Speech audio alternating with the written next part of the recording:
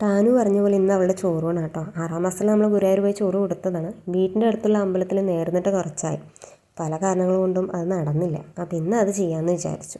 അവളുടെ ഡ്രസ്സിങ് എല്ലാം കഴിഞ്ഞു. ഇനി അവൾക്ക് എന്തെങ്കിലും ചെറുതായിട്ട് കുറുക്ക് എന്തെങ്കിലും കൊടുക്കാം.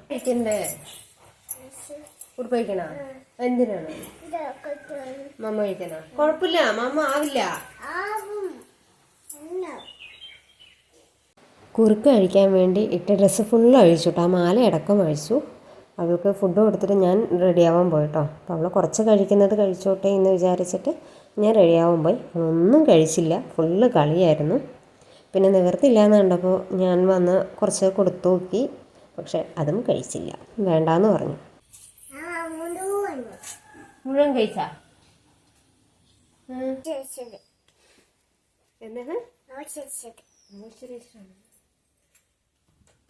മോയ്സ്ചറൈസർ ഇടണമെന്ന് പറഞ്ഞു കേട്ടോ. പിന്നെ അത് ഇട്ട് കൊടുത്തു. പുതിയ ഡ്രസ്സ് ഇട്ട് കൊടുത്തു.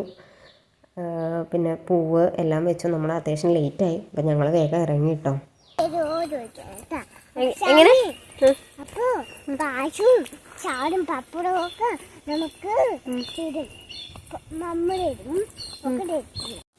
ഞങ്ങൾ അമ്പലം എത്തിയിട്ടോ. വീടിൻ്റെ അടുത്തായതുകൊണ്ട് കുറച്ച് നടക്കാവുന്ന ദൂരമേ ഉണ്ടായിരുന്നുള്ളൂ. ഞങ്ങളവിടെ എത്തുമ്പോൾ പൂജൻ്റെ സമയം ആവുന്നേ ഉണ്ടായിരുന്നുള്ളൂ.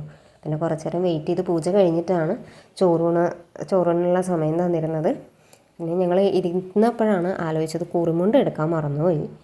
പിന്നെ അവരോട് ചോദിച്ചപ്പോൾ ഓരോന്നും കുഴപ്പമില്ല, ഉടുപ്പ് ഇത്തിരി താഴോട്ടാക്കിയിട്ട് വെച്ചാൽ മതി എന്ന് പറഞ്ഞു. അപ്പോൾ പിന്നെ അത് അങ്ങനെ ചെയ്തു. അവൾക്കത് പായസവും പഴവും എല്ലാം വന്നു.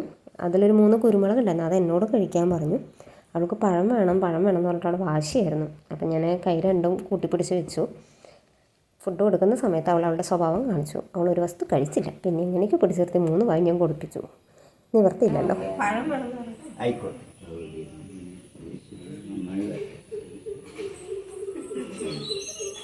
കഴിച്ചിട്ട് മഞ്ഞ പോയാൽ മതി.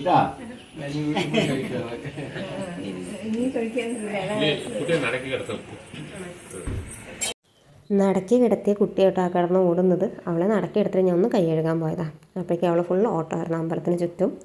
പിന്നെ അവിടെ ത്രിമധുരത്തിൻ്റെ പ്രസാദം ഉണ്ടായിരുന്നു, അത് കഴിച്ചു. ഇനി വീട്ടിലേക്ക് പോകണമെന്ന് പറഞ്ഞിട്ടുള്ള ഓട്ടമാണ് നിങ്ങളീ കാണുന്നത്. പിന്നെ അവിടെ കുറച്ച് പായസം ബാക്കി ഉണ്ടായിരുന്നു കേട്ടോ. അപ്പോൾ അതും ഞങ്ങൾ കഴിച്ചു. പതുക്കെ വീട്ടിലോട്ട് തിരിച്ചു.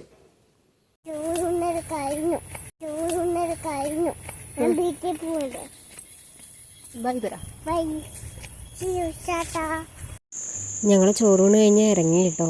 പിന്നെ ഒരു ഓട്ടോ കിട്ടിയപ്പോൾ അതിൽ കയറി വന്നു. നടക്കാൻ വയ്യാത്തതുകൊണ്ട് കിട്ടിയ ഓട്ടോയിൽ കയറി വീടെത്തിയിട്ടോ. ഇടയിൽ പിന്നെ കടയിൽ നിർത്തി ഒരു മിഠായിയൊക്കെ മേടിച്ച് പിന്നെ അങ്ങനെ നടന്ന് ഞങ്ങൾ വീടെത്തി. അത്രയേ ഉള്ളൂ. Bye bye.